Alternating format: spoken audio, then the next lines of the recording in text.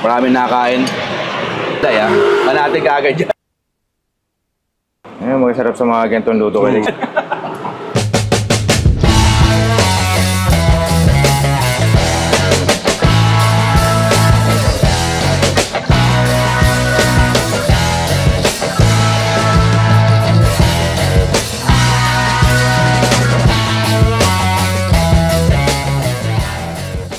Ate Lily, magandang araw sa iyo. Good morning. Good afternoon din po. Isa sa mga kilala ditong karinderya sa Pasig, no? Ilang taong ka na nagtitinda? Aling Lilis Karinderya. Yan. Since 2006 po. 2006. Pagtitinda ng pagkain, saan mo natutunan ng pagluluto? Kasi dati, hilig sa pamilya. Unang-una kasi bago ako napunta ng Sagad, nasa palengke ako ng Pasig. Ayun. From Pasig palengke, nagkataon lang siguro napadaan ako na may foreign. So, pinuntahan ko to. Okay. Actually, doon sa kabila. Tapos, after nung pag 2008, itong pwesto na to, nakuha ko na. Ayan. Oo. So, nandito ako. Simula't simula ng 2008, nakuha ko na to hanggang ngayon. Kumbaga, yung pwesto na to, sarili ko. Tapos yung area, yung lote, hindi isa. Sa araw-araw, Lily, gaano karaming putahe ng ulam ang niluluto mo? Umabot ako ng 30, kung kasama talaga lahat. 30 klase? Oo, mga putaheng may sarsa, prito. Tapos almusal, nagluluto din ako yung pancit, spaghetti, sopas. Minsan, pagka late na, hindi ko na tinutuloy yung dapat nalulutuin ko pagka yung marami nang bumibili. Oo. Kasi ako lang lahat Ikaw lang ako. kasi. Ano yun? Lahat ako yan. Pati pamamalengke, ikaw lang lahat. Oo, palengke. Pag uwi ko ng ganitong oras, may kapalitan ako. Babalik ako mamaya mga 11:30, 12 o'clock, nandito na ulit ako. Ayan. So, magluluto ako ng hating gabi. Namamalig ako ng 2 o'clock. Ano kaya ang nagpapasarap sa luto ng isang Aling Lily? Yun hindi ko po alam. Siguro talaga sigurong ano yun. Hindi naman, hindi naman nag-aral, hindi naman. Siguro talagang sadyang likas lang na marunong. Okay. Hanggang sa tumagal na pag-aralan. Wow. Yun. Hanggang sa dumami na yung customer. Pero sa umpisa, hindi madami. Siyempre, pag nagtagal ka na nagtagal, dumadami customer. Kasi marami nang nagsasama pa-flattered ka din sa mga sinasabi ng iba na, doon ka bumili kasi masarap pala magluto. Wow. Di ba yung ganun? Tapos dati, meron kaming opisinang hinahatiran. Okay. Tanghalian. Hinahatiran niyo yun dati? Oo, nagrarasyon kami kasi sila pumupunta dito kung pwede ba daw kami magrasyon sa kanila. So, pwede naman. Matataas na bilihin pero mababa pa rin presyo mo. Paano mo kaya kino-costing to? Nakukuha naman. Kaya naman, ha? Oo, kaya naman. Kasama dun sa mga kasama mo. Nakukuha naman. Hindi lang siguro talaga ako kumikita ng malaki. Okay. Kasi sa mahal ng bilihin, may kita pero hindi. Parang inchik lang. Sapat lang. Sapat lang. Yung alam mong okay lang kung piso, 2 piso, basta't umiikot. Ito, Ate Lily, sa tagal ng pagtitinda mo, ano na ang naging dulot sa buhay natin? Meron naman. Nakapagtapos yung mga anak ko. Kasi dito talaga. 3 anak ko. Nakapagtapos talaga. Dito lahat, ha? Kinuha mo dito? Oo, syempre. Tulong din ng hanggang sa nagtapos sila. So, nung natapos na sila, doon lang ako nakahinga ng maluwag. Kasi tapos na sila eh. Yeah. Sila naman.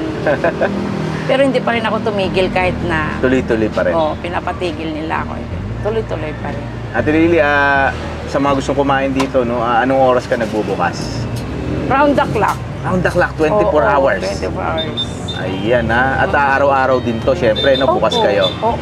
Pag may importanteng lakad lang ako, na kailangan kong magsara, so talaga nagsasara ako. Pero pag hindi naman na alam kong ang oras ko, kaya kong bumalik ng ganong time para pagsilbihan ulit yung mga customer, makapagluto, bumabalik ako.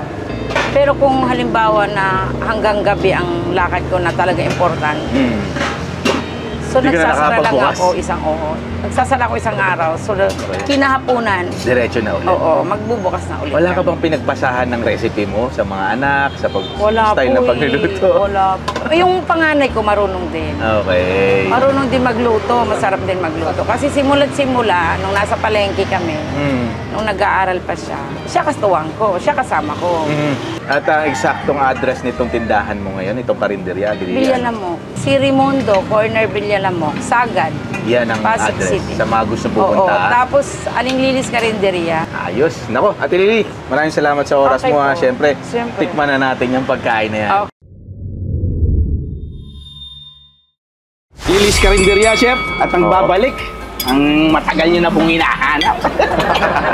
Natatawa ako sa mga comment section natin, Chef. Ha? Abe, nagda-diet na daw tayo. Hindi mo. Dami lang tayong ginagawa. Naging busy lang. Ha? Mga Noy Pips natin, tsaka mga kakakain natin, dami, nagkasakit na daw tayo kakalamon eh. Joke lang po, no? Ano lang talaga, marami lang po kaming ginagawa sa PJ at ito yung mga, alam mo yung social responsibility natin, no, Chef? Na tumulong sa ating kapwa, no? Ayan yan. Isa sa mga ano natin yan eh, pangarap natin. At ngayon nga po, isa sa katuparan na, no? Ayan, Chef, dito kami ngayon sa si Raimundo, Chef. Si Raimundo, along si Raimundo. Pasig, no? Sa may Villa Upeng. Isa sa mga kilalang karinderya po Oo. rito, no? Alam mo yung hilig natin mga Pinoy ito, budget friendly. Kung alam mo yung parang labas ka ng bahay, bili ka, no? Ready meals na pang-ulam. Isa po tayo sa, alam mo na, nakaka-relate dyan, no, Chef? Talagang ako po, isa sa mga bumibili ng ganito talaga, no? Kung hindi ka nakapagluto, eto, no? Lilis Karinderya, si Ate Lily nga po nagtitinda rito at nagluluto ng pagkain na to for since 2006, Chef, no? Tagal na. Tagal na, grabe. At ang maganda rito, ang maniluluto niyang putahe, Chef, nakita mo yung kahaba spread, niya, yung oh. spread, no? Grabe nga naman talaga. Ano po, minimum 20 dishes a day. And ganun karami. Sa pinagmamalaki, siyempre, yung pork gumba. Oo. Chef, medyo kumakanto lang po kami rito at marami nakain. Ayan, Chef. Pork gumba. Kulay niya, ang ganda, no? Ganda ng kulay, Manati ka agad dyan. Ang sarap. Kuha natin yung Bicol Express Codex. Hindi, banat, Chef. Sarap nung lasa nung umba. Nahilig ako sa manghang, eh. Balansin yung lasa nung tamis. Saka alat niya. Ayun, masarap sa mga ganitong luto Codex yung medyo tuyo-tuyo na nagmamantika. Mantika lumabas, no? Oo. Tapos yung nandun pa rin yung gata.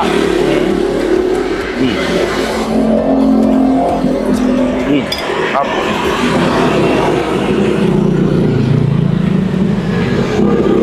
Sarap ang timpla. Ha? Okay. Sarap ang timpla niya. Mukha naman Parang naglalatik no?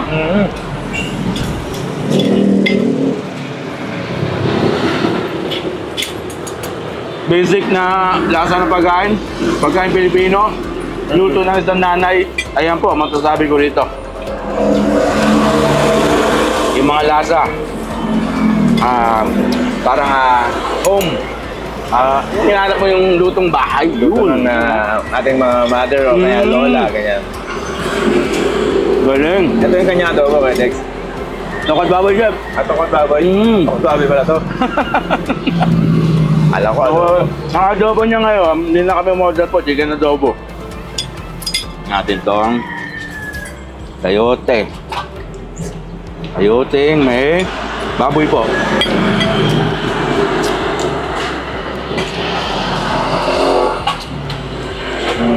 Ayos. Lahat ng lasa pang pambahay po. Saka hindi siya yung alam mo nila, binagpag mo ng pampalasa. Oo, hindi. Dahil nga, fresh naman yung gamit niya. Na. Wow. Lahat ng lapit ng laing ka. Natin? Ata akong gata. Mamantika yung lata. Mga kinain mo na to. Bicol Express. Ako Hindi na namin order lahat ng spread ng pagkain. Yung Ba't ibang klase? Ito lang yung pinili namin ngayon. Para matikman po natin, ha? At mahirap naman na nag-order tayo masyado marami, hindi natin inubos. Yan. Ate yung kanyang kumba. Yan, no? Wow, kabayan, chef. Yummy. Itong lokal baboy. May ligaw dito, chef, eh. Lokal baboy, oh. Chef din, pagkakatimpla niya. Maganda tumimpla si nanay. Ay, oo. Ayun. Ito yung lokal baboy na gusto ko. Alam mo, kulang lang dito, oh. Tausi. Okay. Na. May tao dito, solid na solid.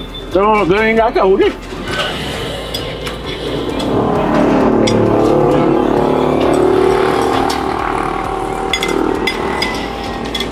Feels like home. Lasa niya. Lilis Karinderya, mga noit, mga kakay, double check to, no? Supportan natin, support local, isa sa mga advokasya, no? Bilang isang food vlogger, chef, at Akay Nisol, no? Ang ating organisasyon, ang ating party list. Maraming salamat po sa inyo na nagustuhan nyo yung episode. At sana, mabisita nyo rin po itong Lilis Karinderya, no? Chef, dito sa Si Raimundo. Ang daming tao mo dumadating. Nag-orderan po ng kanilang ulam. Ano to, chef, yung munisipyo ng Pasig po, karamihan sa mga empleyado dito makain, dito order. Imagine mo, dinadayo pa nila to, chef, no?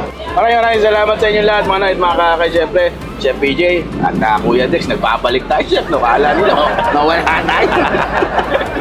Dahil, natawa ako sa mga kwento, ha? Mabuti yan, hindi na tayo ginawa ng yung mga tarpaulin na ipakpak na angel. Bibiro lang kami, no? Malakas na malakas tayo, siyempre. Yes. At yan ang lagi natin pinagpapasalamat sa Diyos, siyempre, no? Mabuhay po kayo lahat. God bless you all. At ako po ang ilikod, si Kuya Dex. Salamat pa rin si PJ. Ayan, no? Buhay ka na rin. Naninibago kami. Hindi na kami sanay. Pagmamahal para sa inyo lahat. Bye! Turismo Akay Nisol, Turismo Akay Nisol. Tara na sumama ka na. Turismo Akay Nisol, Turismo Akay Nisol.